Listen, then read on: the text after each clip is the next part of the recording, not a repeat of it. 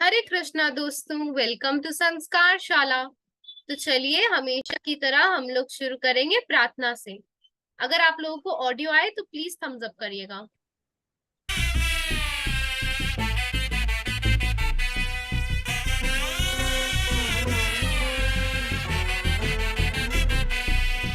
श्रीनिवास गोविंद, श्री वेंकटेश गोविंद, भक्तवत्सल गोविंद, भागवत प्रिय गोविंद, गोविंद हरि गोविंद, वेंकटरमण गोविंद, गोविंद हरि गोविंद, वेंकटरमण गोविंद, नित्य निर्मल गोविंद, नीलमेघ श्यामा गोविंद, पुराण पुरुष गोविंद, पुंडरीकाक्ष गोविंद, गोविंद हरि गोविंद, वेंकटरमण गोविंद, गोविंद हरि गोविंद, वेंकटरमण गोविंद, नंदनंदन गोविंद, नवनीत चोर गोविंद, पशुपालक श्री गोविंद, पाप विमोचन गोविंद, गोविंद हरि गोविंद,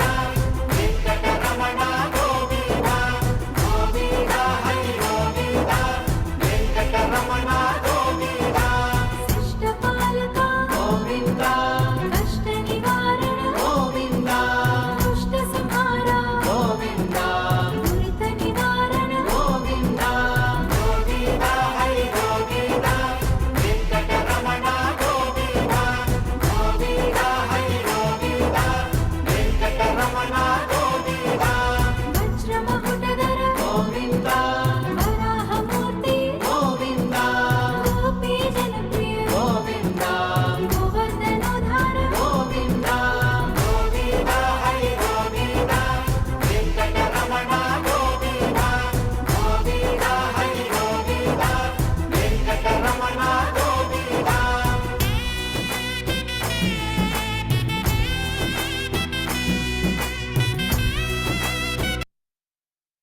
हरे कृष्णा, बहुत ही सुंदर था।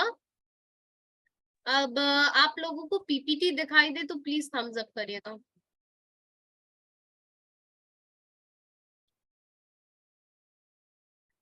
हरे कृष्णा, पीपीटी शेयर हो रही है, दिखाई दे रही है क्या?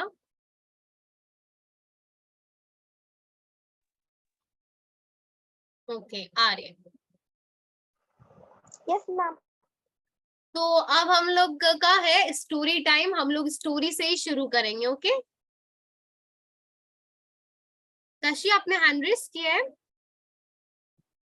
नहीं, ओके। तो ये स्टोरी है 3 मंत्रियों की। तो सुने, क्या है, सब रेडी? तो क्या होता है, एक राजा होते हैं, उसके पास होते हैं 3 मंत्री। तो वो तीनों मंत्री को एक दिन दरबार में बुलाता है और कहता है, और उन तीनों को एक एक थैला देता है और कहता है कि आप तीनों बाग में जाएं, गार्डन में जाएं और वहां से फल लेके आए। तो तीनों को आदेश का पालन करना होता है। तीनों जल्दी जल्दी 3 डिफरेंट बाग में चले जाते हैं, 3 डिफरेंट गार्डन्स में चले जाते हैं। अब जो पहला मंत्री होता है वो बड़ी मेहनत करके बड़ी मुश्किल से पसंदीदा फल रखता है। राजा को जो भी फ्रूट्स पसंद होते हैं वो सारे फ्रूट्स, ताजे ताजे फ्रेश फ्रूट्स को जमा कर लेता है थैले में। फिर दूसरा मंत्री क्या करता है, वो सोचता है राजा राजा ज्यादा तो देखेंगे नहीं क्या है क्या नहीं। तो वो जल्दी जल्दी उसको जैसे फल मिलते हैं वो वैसे भरने लगता है। उसको लगा बस राजा भरा हुआ थैला देखेंगे। तो ताजे फल, गले हुए फल, रॉटन फ्रूट्स, उन सबको भी भरने लगता है। वो बस भरता जाता है देखे बिना। फिर ये जो थर्ड मिनिस्टर होता है, तीसरा मंत्री होता है, ये क्या सोचता है, राजा को क्या करना, राजा थोड़ी थैला देख के पूरा परीक्षण करेंगे, पूरी जांच करेंगे। राजा को तो बस एक भरा हुआ थैला देखना है। तो वो क्या करता है कि थैले में ज्यादा मेहनत है ना, तो उसका कुछ करने का मन होता नहीं है। वो वहीं से घास फूस तोड़ के जो भी सूखी पत्तियां होती है वो सब भर देता है थैले में, और थैले को पूरा अच्छे से भर देता है कि लगे हाँ भारी है। अब क्या होता है, तीनों लोग पहुंचते हैं राजा के पास, ये अपने 3-3 थैले लेके। तो अब राजा बिल्कुल भी किसी के थैले को देखता भी नहीं है, ना उसके अंदर जांच करता है, और सीधे एक कमांड दे देता है, एक आदेश देता है। पता है क्या, कि इन तीनों मंत्रियों को एक जेल में 7 दिनों के लिए बंद कर दिया जाए, यानी कि उनको 1 हफ्ते की सजा सुनाई जाती है कि 1 हफ्ते आपको जेल में रहना है। तो अब क्या हुए, और जब जेल हो जाती है उन तीनों मंत्रियों को, आप तीनों को जेल में रहना होगा 1 हफ्ते के लिए, तो वहां उनको ना खाना दिया जाता है, कुछ नहीं दिया जाता है, ठीक है। तो उन लोगों को जो अपने साथ थैले में लेके गए होते, उसी से अपने आप का पेट भरना होता है। अब पहला मंत्री तो बहुत खुश होता है क्योंकि वो तो हेल्दी फ्रूट्स, फ्रेश फ्रूट्स और अच्छे अच्छे फ्रूट्स लेके गया होता है, तो वो आराम से खाता है और वो तो हेल्दी रहता है। अब ये जो दूसरा वाला मंत्री होता है, ये तो सड़े गले फल भी ले गया था, है ना, रॉटन फ्रूट्स भी लेके गया था। तो पहले तो ये कुछ ताजे फल, फ्रेश फ्रूट्स खाता है जो इसके पास होते हैं, फिर ये बेचारा क्या करता है, इसको सड़े गले फल खाने पड़ते हैं और उसकी वजह से इसकी तबीयत भी खराब हो जाती है। और अब ये जो तीसरा वाला मंत्री है जो घास फूस भर के गया था, इसका क्या होता है, क्या होता है इसका इसके पास तो खाना ही नहीं है, ये बेचारा, इसकी डेथ हो जाती है, इसकी मृत्यु हो जाती है। क्यों? क्योंकि इसने तो अपना कर्म अच्छे से नहीं किया ना। अब ये स्टोरी आपने सुनी कि कैसे ये लोग जाते हैं, फल लेते हैं, सबका अपना अपना एक माइंडसेट होता है, एक फ्रेश फ्रूट्स लेके आ रहा है, एक सड़े गले, और एक तो पत्ते ही भर ले रहा है, वो तो एकदम आलसी है, उसको तो कुछ नहीं करना है। तो अब आपकी स्क्रीन पे भी आ गया था। अब आप इसको किस भगवत गीता के श्लोक से रिलेट कर सकते हैं? ये श्लोक हम सबने कभी ना कहीं थोड़ा सा तो सुना ही होगा। अभी स्क्रीन पे भी दिखाई दिया था, जल्दी से कौन बता रहा है? आरिका, कौन है, किसने ध्यान दिया मन में? जल्दी से, हम सबने सुना है। अच्छा, वो इनके कर्म करने से रिलेटेड है। अब किसी को याद आया? ताशी नहीं? तो चलिए हम आगे बढ़ते हैं, मैं रिवील कर देती हूँ, ये 2nd अध्याय का है। अब किसी को याद हो? नहीं? तो 2nd अध्याय का 47वां श्लोक है। हम सबने सुना है ना, कर्मण्यवाधिकारस्ते मा फलेषु कदाचन मा कर्मफल हेतुर्भु मा ते संगोस्त्व कर्मणि। तशी ने हैंड रेस किया है, चलिए अनम्यूट करिए। जब दूसरा अध्याय 47 श्लोक था तब मैं क्लासेस ज्वाइन ही नहीं की थी। आपकी वॉइस बहुत लो आ रही है, किसी को क्लियरली सुनाई दिया क्या कि तशी ने क्या कहा? कोई रिपीट कर सकता है? नो? तशी प्लीज आप एक और बार बोलो, नहीं तो आप चैट में लिख दो। मैम मैंने 2nd अध्याय, जब 2nd अध्याय 47 श्लोक था तब मैंने क्लासेस ज्वाइन नहीं की थी। ओ अच्छा, आपने क्लासेस ज्वाइन नहीं की? अरे नहीं, मैं तो ऐसे ही, मैंने एक रैंडम श्लोक लिया है, मैंने इस पे पहले डिस्कशन नहीं किया। ओके ओके, तो क्या है ये? कर्मण्यवाधिकारस्ते मा फलेषु कदाचन। क्या कह रहा है ये? कर्म करने में तो तेरा अधिकार है, फलों में कभी नहीं। तू कर्म फल का हेतु मत बन और तेरा कर्म ना करने में भी आसक्ति ना हो।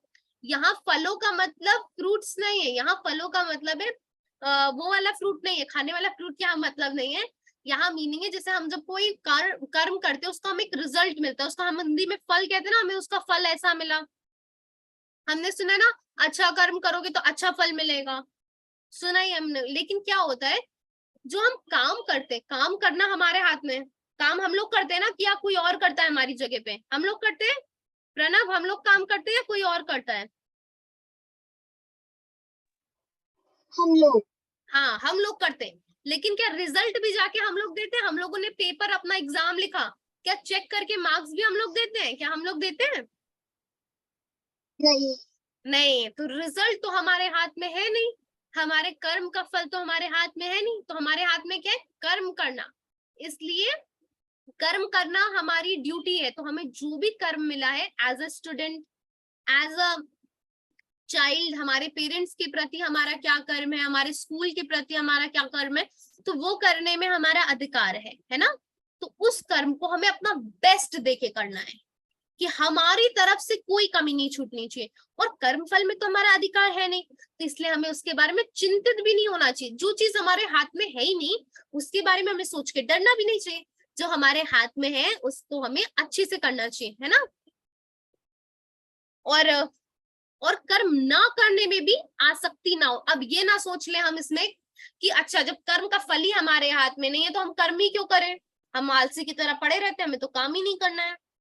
ऐसा भी नहीं कर सकते, क्योंकि कर्म करना हमारे हाथ में है ना। तो हमें अपने कर्म को अच्छे से करना है, ये नहीं कि कर्म ही नहीं करेंगे हम तो अच्छा पेपर का रिजल्ट मैं नहीं बनाऊंगा तो मैं आंसर ही नहीं लिखूंगा पेपर में, या मैं अच्छे से पढ़ाई नहीं करूंगा एग्जाम की, तो ये गलत हो जाएगा, है ना। तो हमें इसलिए हमें अपनी ड्यूटी बहुत अच्छे से करनी है, जो भी हमें काम मिला है। अब हम आगे बढ़ते हैं, और एक अच्छा आरिका ने हैंड रेज किया, यस आरिका, नहीं हैंड रेज नहीं किया, गलती से हो गया, ओके कोई बात। चलिए आगे बढ़े। अब हम एक और कहानी सुनेंगे जिसका टाइटल है जब भूत रोया। तो देखते हैं ये भूत कैसे रोता है। अगर आपको साउंड आए और वीडियो दिखाई दे तो प्लीज थम्स अप करिएगा। अच्छी कहानी का टाइटल है जब भूत रोया। तो चलिए सुनते हैं। एक गांव में एक लड़का अपने माता पिता के साथ रहता था। उसका नाम राहुल था। उसको दूसरों को परेशान करने में बड़ा ही मज़ा आता था। जब भी वो किसी को परेशान करता था उसको अंदर ही अंदर एक खुशी मिलती थी और वो उसका बहुत मजाक बनाता था। एक बार जब वो टहल रहा होता है तो उसे सड़क पे एक हेल्दी अंकल दिखते हैं और वो उन्हें देख के कहता है, ओ मोटे अंकल, टहल के जाना तो आपके लिए मुश्किल है, कहिए तो एक रिक्शा बुला दूं, एक रिक्शा कम पड़ेगा तो 2 रिक्शे वालों को आवाज़ लगा दूं। ये कह के हंसता हुआ आगे बढ़ जाता है। अंकल को गुस्सा तो बहुत आता है पर वो डांटते भी किसको, राहुल तो बहुत आगे भाग गया था। ऐसे ही वो हर रोज़ किसी न किसी को अपनी बातों से या अपनी हरकतों से परेशान करता रहता।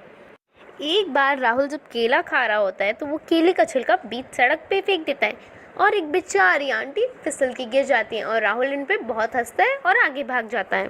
राहुल के लिए ये सब तो आम बातें हो गई थी। उसे ये करना अच्छा तो लगता था पर वो अब इन सब से बोर हो गया था। तो उसके दिमाग में एक खुराफाती आइडिया आया। वो तुरंत घर गया, उसने एक काली चादर ढूंढी, उसे लिया, कैंची लेके आया और कुछ रंग के डिब्बे भी, और जुट गया अपने काम में। और उसने एक भूत जैसा दिखने वाला कॉस्ट्यूम तैयार किया और उसे पहन लिया। और उसने अपनी जेब में कुछ मिनी पॉप वाले बम्स रख लिए जिनको फेंकने से किसी को चोट तो नहीं लगती थी पर चट चट आवाज़ें बड़ी अच्छी आती थी।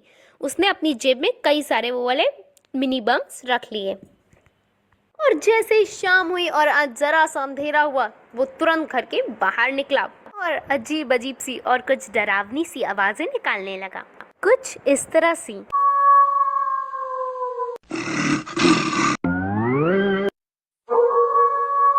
सारे लोग घबरा जाते हैं, उथल पुथल मचने लगता है। छोटे बच्चे तो डर के अपने घरों में भाग जाते हैं, बड़े भी थोड़े घबरा उठते हैं। उसको ऐसा करके बहुत मज़ा आ रहा होता है। लेकिन अगले दिन जब वो भूत की कॉस्ट्यूम पहन के बाहर निकल ही रहा होती तभी उसकी मम्मी उसे उस कॉस्ट्यूम में देख लेती हैं। वो समझ जाती हैं, उस पर थोड़ा सा डांटती भी हैं और उसको समझाती भी हैं। फिर तो उसका बाहर जाना शाम को बंद हो जाता है। फिर क्या होना था, वो सुबह फिर निकल पड़ता है और लोग को परेशान करने लगता है। उसको एक आंटी का घर खुला दिखता है तो घर के अंदर घुस जाता है और टेबल पे रखा सारा सामान ज़मीन पे फेंकने लगता है। वहाँ पे एक कांच का फ्लावर पॉट भी होता है, वो उसे भी ज़मीन में फेंक देता है। कांच के तो टुकड़े टुकड़े हो जाते हैं, उनमें से एक टुकड़ा उसकी उंगली पे भी लग जाता है। उसे बहुत दर्द होता है, वो दर्द से कर्राने लगते हैं। तभी आंटी अंदर से आती हैं और उसको फर्स्ट एड देती हैं। तभी राहुल को अंदर ही अंदर दुख होता है और रियलाइज़ भी करता है वो कि उसने गलत किया है, आज तक उसने इतने लोगों को परेशान किया। वो रोता हुआ उन आंटी से माफ़ी मांगता है। वो आंटी उसको माफ़ करती हैं और कहती हैं लेकिन अब किसी और को परेशान मत करना।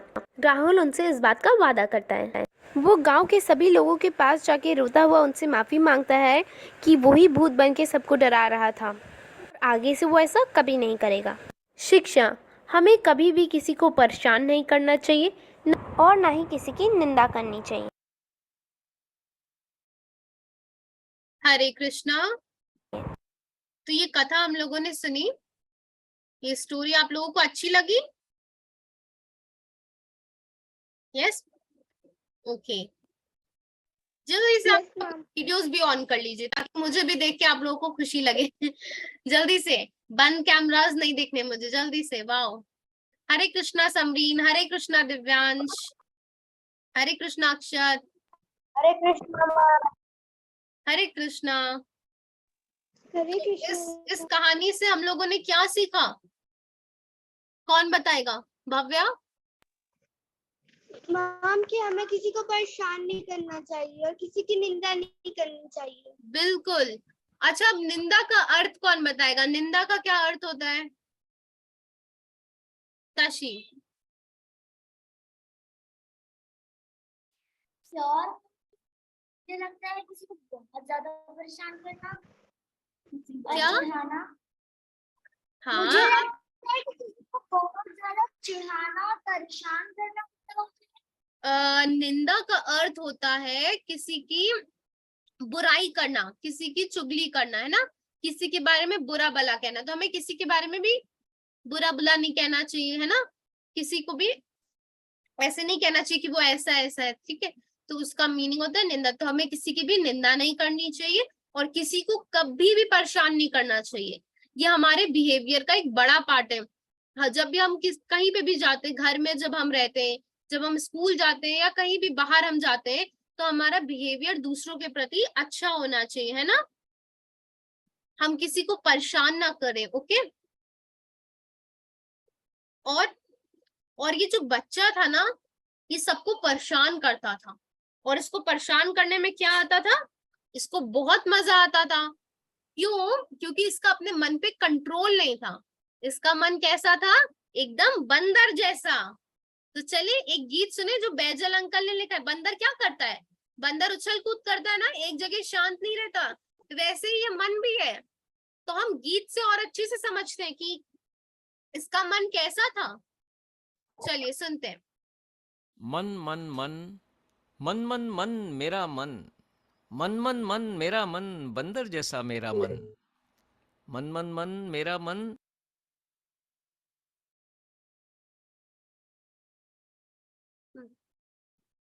बंदर जैसा मेरा मन उछले कूदे छीने झपटे पेड़ों पे चढ़ जाए मन उछले कूदे छीने झपटे पेड़ों पे चढ़ जाए मन मन मन मन मेरा मन बंदर जैसा मेरा मन मन मन मन मेरा मन बंदर जैसा मेरा मन मन को अपने बस में रखो बच्चों मन को अपने बस में रखो अच्छे अच्छे काम करो मन को अपने बस में रखो अच्छे अच्छे काम करो मन मन मन मेरा मन बंदर जैसा मेरा मन उछले कूदे छीने झपटे पेड़ों पे चढ़ जाए मन मन को हरदम रखो साफ मन को हरदम रखो साफ कोई करे गलती तो कर दो माफ कोई करे गलती तो कर दो माफ मन को हरदम रखो साफ कोई करे गलती तो कर दो माफ मन मन मन मेरा मन बंदर जैसा मेरा मन मन मन मन मेरा मन बंदर जैसा मेरा मन उछले कूदे छीने झपटे पेड़ों पे चढ़ जाए मन मन को अपने बस में रखो अच्छे अच्छे काम करो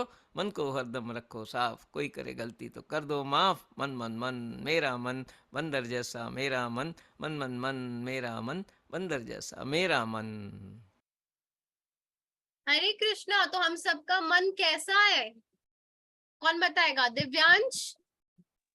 मैम बंदर जैसा। बंदर जैसा। आरिका कैसा है? बंदर जैसा। है ना, हम सबको पता है एकदम बंदर जैसा है। तो हमें इसको क्या रखना है, कंट्रोल में रखना है ना। बंदर जैसा। बंदर जैसा। बंदर जैसा, सबको पता है बंदर जैसा। हम सबका मन बंदर जैसा है, तो हम इसको क्या करेंगे, कंट्रोल में रखेंगे। कंट्रोल। यस, कंट्रोल करेंगे। कैसे? कंट्रोल करेंगे। जब भी हमारा मन, हमें पता है कि एकदम बंदर जैसा कहीं पे भी भाग जाता है, लेकिन हमें उसको वापस खींच के लाएंगे कि नहीं ये गलत है, हमें ऐसे नहीं करना है ना।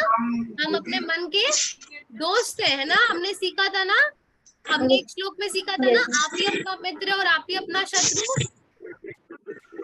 Yes ma'am. तो फिर तो हमें अपना दोस्त बनना है, हमें अपना एनिमी नहीं बनना।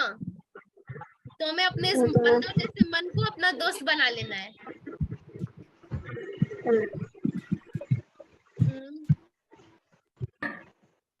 अब एक और है मेरे पास टॉपिक। हाँ, ये एक बार तशी ने एक क्वेश्चन पूछा था, ये उससे रिलेटेड है।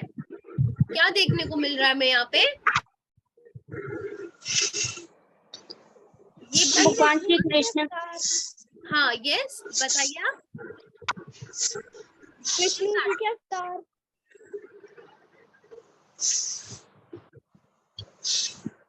विष्णु जी के अवतार। यस भगवान आरती, के अवतार। बिल्कुल भगवान के अवतार, भगवान के रूप, डिफरेंट डिफरेंट फॉर्म्स। तशी ने एक बार क्या क्वेश्चन पूछा था? तशी को अपना क्वेश्चन याद आया इससे? तशी क्वेश्चन पूछो अपना। विष्णु भगवान के अवतार। यस भगवान होते हैं। हाँ विष्णु भगवान के अवतार से किसी और से पूछिए। यस आरती, आप प्लीज जोर से बोलो, आपकी आवाज क्लियर नहीं आ रही। मैम विष्णु भगवान के अवतार। यस विष्णु भगवान के अवतार। और तशी ने एक बार ये क्वेश्चन पूछा था कि कितने भगवान होते हैं हमारे। तशी का क्वेश्चन था कितने भगवान होते, तो तब तशी को क्या आंसर मिला था? तशी हमें बताएंगे। स्क्रीन पे आने के लिए मत करिए। एक ही होते हैं, उनके अलग अलग रूप होते हैं। बिल्कुल, भगवान एक ही होते हैं, उनके अलग अलग रूप होते हैं। तो हम एक और कविता सुनेंगे, बैचल अंकल ने हमें दी है। अंकल हमें इतनी अच्छी अच्छी कविता और गीत देते रहते हैं जिससे हमारा मार्गदर्शन होता है, जिससे हम इतनी सारी अच्छी अच्छी बातें सीखते हैं, है कि नहीं? Yes ma'am. एक और कविता हम सुनते हैं ना। कोई कहे ब्रह्मा, कोई कहे विष्णु, कोई कहे ब्रह्मा, कोई कहे विष्णु, कोई कहे गणेश, कोई कहे महेश। कोई कहे ब्रह्मा,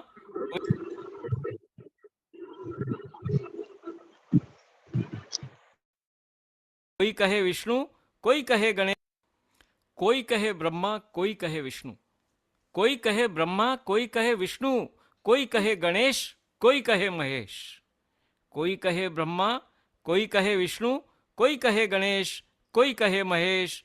कोई कहे राम, कोई कहे कृष्ण, कोई कहे राम, कोई कहे कृष्ण, कोई कहे ब्रह्मा, कोई कहे विष्णु, कोई कहे गणेश, कोई कहे महेश। कोई कहे राम, कोई कहे कृष्ण, कोई कहे ईशु, कोई कहे ईशु, कोई कहे अल्लाह, कोई कहे ईशु, कोई कहे अल्लाह, कोई कहे बुद्ध, कोई कहे बुद्ध, कोई कहे महावीर। कोई कहे बुद्ध, कोई कहे महावीर। नाम अनेक, रूप अनेक, नाम अनेक, रूप अनेक, पर सब में भगवान है एक। कोई कहे ब्रह्मा, कोई कहे विष्णु, कोई कहे गणेश, कोई कहे महेश। कोई कहे राम, कोई कहे कृष्ण, कोई कहे ईशु, कोई कहे अल्लाह, कोई कहे बुद्ध, कोई कहे महावीर। नाम अनेक, रूप अनेक, पर सब में भगवान है एक, पर सब में भगवान है एक, पर सब में भगवान है एक। पर सब में भगवान है एक। तो हम लोगों ने क्या सीखा? कौन बताएगा जिसने अभी तक कुछ नहीं बताया? आयशा।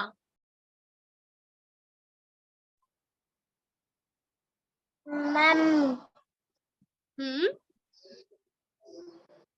यस आयशा। मैम पता नहीं है। हाँ मैम पता नहीं है। क्या नहीं है?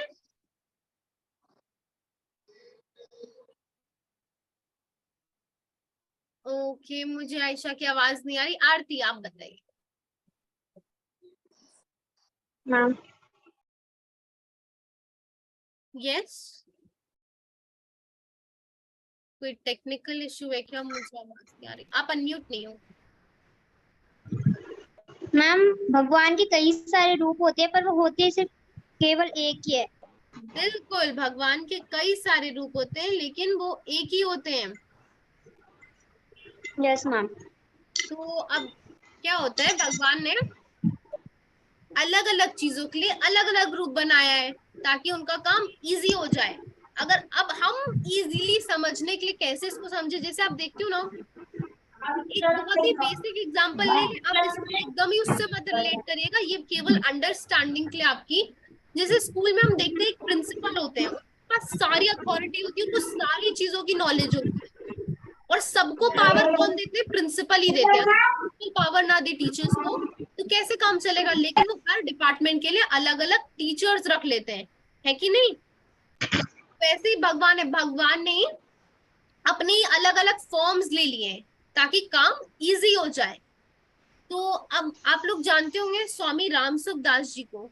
स्वामी रामसुख दास जी जो है ना, उन्होंने साधक संजीवनी पुस्तक लिखी, उसी के ऊपर कई सारी गीता, भगवत गीता लोग टीका लिखते हैं, मतलब उसी के अकॉर्डिंगली उस पे लोग गीता लिखते हैं। साधक संजीवनी बड़ी फॉर्म में उन्होंने अच्छी से एक्सप्लेन करी पूरी भगवत गीता को। तो उसमें रामसुख दास जी हमें बताते हैं, और कई सारे ये अन्य पुराणों में भी लिखा है कि भगवान बता रहे हैं उनकी 5 मेन फॉर्म्स हैं जिनको आप भगवान का रूप मान सकते हैं। फिर जब आप उनको भगवान का रूप मानेंगे ना, तो आपके लिए बाकी और दूसरे जो रूप होंगे ना, कोई भी रूप, तो उसमें आप उन्हीं एक भगवान को देखेंगे। तो फॉर एग्जाम्पल मैं आपको बताती हूँ वो 5 रूप कौन कौन से हैं। विष्णु जी का पहला रूप है जिन्हें आप भगवान मानते हैं। विष्णु जी में आप कृष्ण जी भी आते हैं और राम जी भी आते हैं जिनकी आप आराधना करते हैं। दूसरे शिव जी। फिर थर्ड है गणेश जी। फोर्थ शक्ति। शक्ति यानी कि कोई भी देवी का रूप। हम दुर्गा माँ की आराधना करते हैं, काली माँ की आराधना करते हैं, है ना, अलग अलग फॉर्म में हम माँ की, शक्ति माँ की आराधना करते हैं ना, तो उनमें से कोई एक फॉर्म।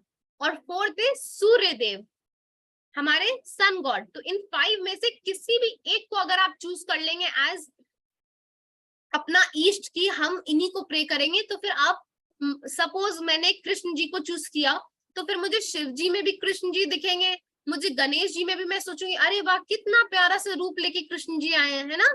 तो हम हर जगह फिर कृष्ण ही को देखेंगे। अगर आप गणेश जी को देखते हो तो आप हर जगह फिर गणेश जी को ही देखोगे हर फॉर्म में। तो आप इन 5 में से किसी को भी चूज कर सकते हो, जो भी आपके मन को अच्छे लगे, है ना।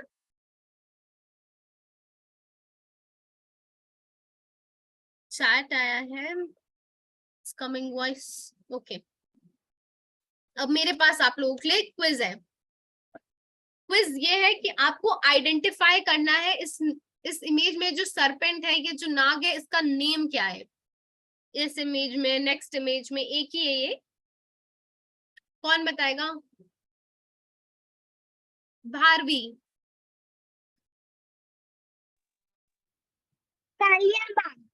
कालियाना, करेक्ट, बहुत सुंदर। अब इस इमेज में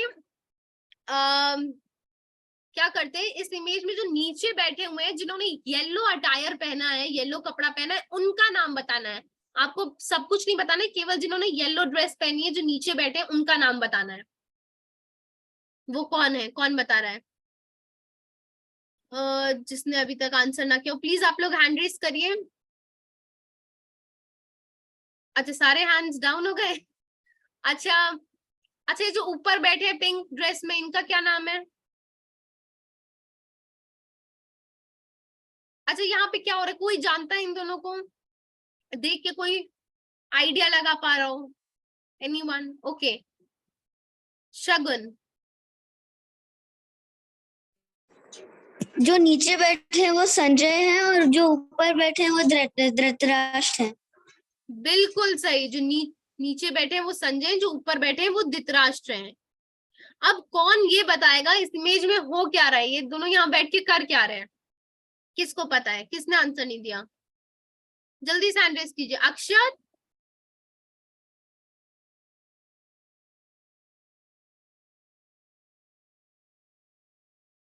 कौन बताएगा। आरती। मैम जब महाभारत हो रही थी ना, तो ये जो संजय उन्होंने ना उनके ये जो पिंक कलर की ड्रेस पहन के उनको बताए थे क्या क्या हो रहा है।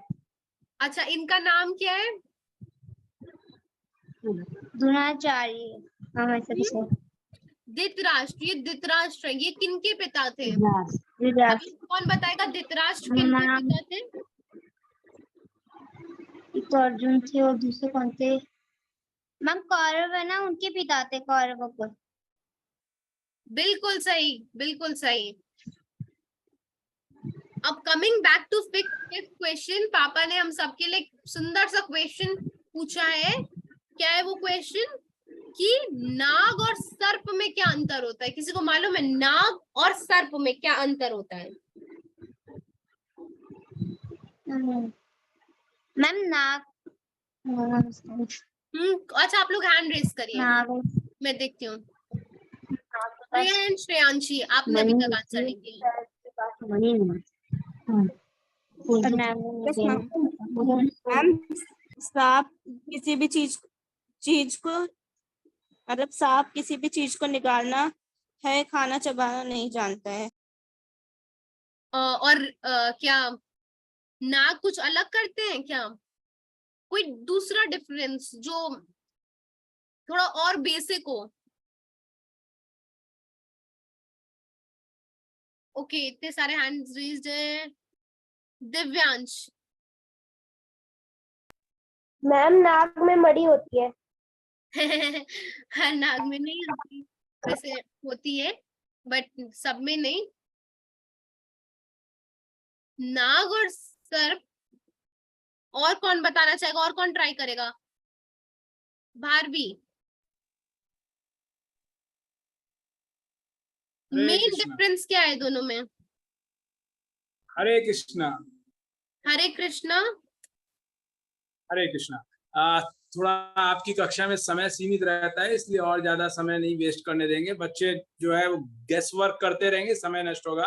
तो मुख्य अंतर ये है नाग और सर्प में कि नाग रहता है जल में, मतलब पानी में, और जो सर्प यानी सांप होता है वो रहता है जमीन पे, धरती पर। और बिल्कुल। उदाहरण अगर बच्चों को याद रखना है, जिससे उनको याद रहे, आसानी रहे उनको याद रखने में, तो याद रखें शेषनाग। शेषनाग जिसपे विष्णु जी जो है वो विश्राम करते हैं, वो जल में ही रहता है शेषनाग। दूसरा, ये जो चित्र सामने आपने बनाया हुआ है, इससे भी बच्चों को याद रहेगा, ये कालिया नाग है जो जल के भीतर रहता था। जहां गेंद गई थी तो श्री कृष्ण जी अपनी गेंद वापस लेने गए थे। कालिया नाग और शेष नाग याद रखेंगे तो बच्चों को ये याद आ जाएगी कि जो नाग है वो जल में रहता है और सर्प सांप जो है वो धरती पे रहता है। हरे कृष्ण। हरे कृष्णा। बहुत ही सुंदर एक्सप्लेनेशन हमें मिल गया, तो अब हम सब लोग याद रखेंगे ना? ओके, हरे कृष्णा। तो अब इसी से जुड़ा एक सवाल, लक्ष्मण जी किसका अवतार थे? श्रेया एंड श्रेयांशी पहले अनम्यूट नहीं कर पाए थे, तो अगर आप आंसर देना चाहो तो प्लीज हैंड रेस करो। ओके, आर्नव।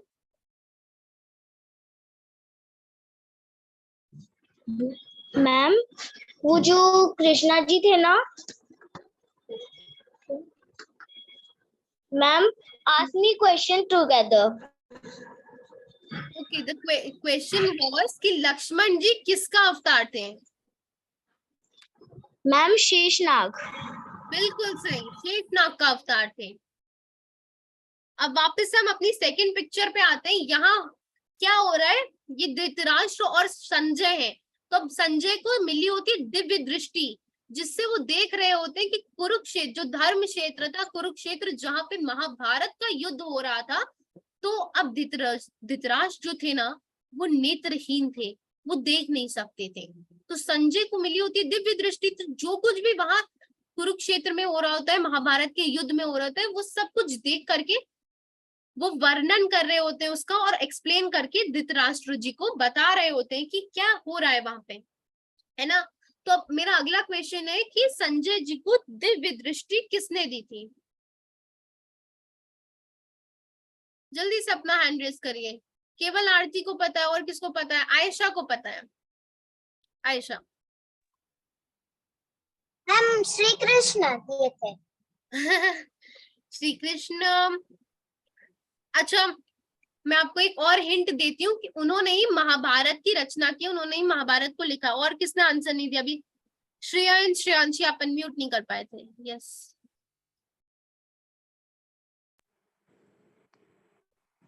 मैम महर्षि वेद व्यास। बिल्कुल सही, महर्षि वेद व्यास जी ने।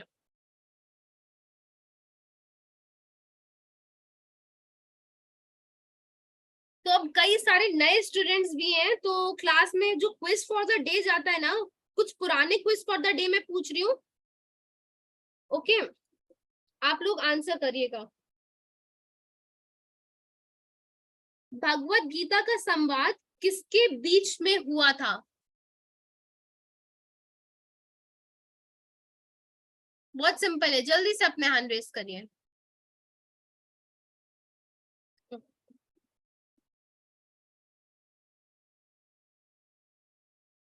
कोई भी जिसने अभी तक आंसर ना किया हो। शगुन, आरती,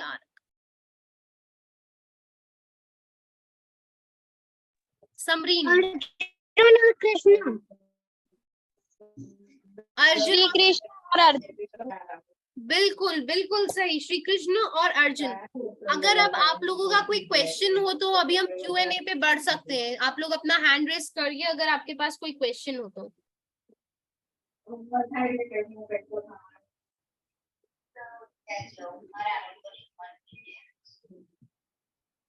आरती, यस, अनम्यूट करिए। मैम अर्जुन के गुरु कौन थे? अर्जुन के गुरु कौन थे? आपने आज की क्विज, कल के क्विज फॉर द डे का क्वेश्चन पूछा है ना? यस मैम, मैंने उसमें तो कोई था नहीं इसलिए मैंने उसमें तो नॉन लिख दिया था, डी लिख बिल्कुल दिया था। सही, नन ऑफ द अबव आपने दिया था, मैंने देखा था। कौन आंसर देना चाहेगा आरती के क्वेश्चन का? ये टाइम सीमित है, मैं ही दे देती हूँ। द्रोणाचार्य जी थे। Thank you ma'am. No problem, Hare Krishna. और आप लोग मुझे मैम मत बुलाया करिए, आप लोग मुझे नित्या बोल सकते हैं या नित्या दीदी बोल सकते हैं। ओके, आरिका का भी क्वेश्चन है। आरिका, महाभारत तो गणेश जी और वेदव्यास जी ने किया था। बिल्कुल सही। आरिका ने हमें बिल्कुल एक डिटेल वाली बात बताई है। अब क्या हुआ था, वेदव्यास जी के पास भी दिव्य दृष्टि थी, उन्होंने संजय को दी थी। अब जब वो सब कुछ देख रहे थे महाभारत के युद्ध में क्या हो रहा है, वो लिखना चाह रहे थे, लेकिन वो चाह रहे थे कि उनके पास कोई लिखने वाला हो कि जो जल्दी जल्दी लिखता जाए। तो उन्होंने गणेश जी को बुलाया। तो फिर जब गणेश जी प्रकट हुए, उन्होंने कहा ठीक है मैं लिख तो दूंगा। फिर गणेश जी ने रख दी थी हमें, आपको बिना रुके बोलना होगा। अगर आप रुक गए तो फिर मैं लिखूंगा नहीं। वेद व्यास जी ने बोला कि ठीक है, आपको जो लिखेंगे आपको सोच सोच के लिखना होगा, ताकि अब गणेश जी को भी सोचने में टाइम लगे और वेद व्यास जी भी सोच ले कि क्या बताना है लिखने के लिए, है ना? ये हुई थी कथा। हरे कृष्णा। और किसी का अगर कोई डाउट हो, 2 चैट आई हैं।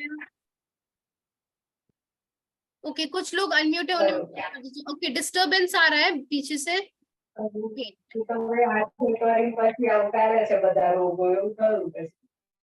ओके, यस, दिव्यांश का भी क्वेश्चन है, जल्दी से आप पूछिए। मैम बजरंगबली के गुरु कौन थे? बजरंग बली किनके भक्त हैं? राम जी के। राम जी उनके आराध्य हैं। एज अ गुरु तो अभी मैं आपको इस पे सोच के बताऊंगी, देख के बताऊंगी, रिसर्च करूंगी। जितनी मेरी जानकारी है वो तो प्रभु श्री राम की भक्ति करते थे, है ना? भारवी का भी क्वेश्चन है। भारवी, जल्दी से, हमारे पास 1 मिनट बाकी है। क्वेश्चन पूछा कि जो कृष्ण जी के मित्र थे सुदामा, वो तो श्री कृष्ण के मित्र थे, तो उन्होंने उनके घर पर दरिद्रता क्यों थी? भारवी, आपने पहले भी ये क्वेश्चन पूछा था, शायद मैं तब उतने अच्छे से एक्सप्लेन नहीं कर पाई। मैं आपको वही बात बताऊंगी। अब मैं दोबारा इस पे सर्च करके कोई अच्छा सा वे ढूंढूंगी ताकि आपको इसका आंसर अच्छे से समझ में आए। अब हम सब भगवान के, लेस देन 1 मिनट बचा है तो मैं जल्दी से बताऊंगी कि भगवान तो हम सबके भी है ना? जितना वो सुदामा जी से प्यार करते हैं उतना ही हम सबसे भी करते हैं, लेकिन हम सबकी लाइफ सिचुएशंस अलग है। अगर आप देखो कि कई सारे लोग स्ट्रीट पे रहते हैं, उनके पास घर भी नहीं होता, हर किसी की लाइफ सिचुएशन अलग है। कुछ लोग लग्जूरियस होम्स में रहते हैं, कुछ लोग ऑडी में चलते हैं, है ना? बिल्कुल डिफरेंट होता है। क्यों? उनके कर्मों के अनुसार भगवान ने ये कर्म का विधान बनाया है ना, तो वो उसी के अनुसार होता है। वो साइकिल को ब्रेक नहीं करते हैं, वो पुराने कर्मों के अनुसार होता है। और वो सुदामा जी के मित्र थे, इसीलिए तो उन्होंने सब कुछ अच्छा कर दिया, उनकी दरिद्रता ही मिटा दी, है ना? इसीलिए तो वो उनकी दरिद्रता ही उन्होंने खत्म कर दी। अब जल्दी से